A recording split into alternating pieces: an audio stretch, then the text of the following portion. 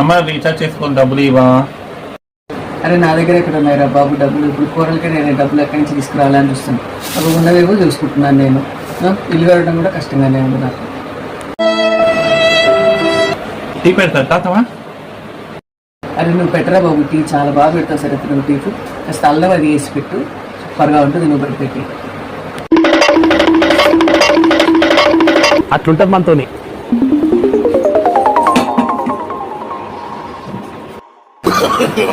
No, no, no, no.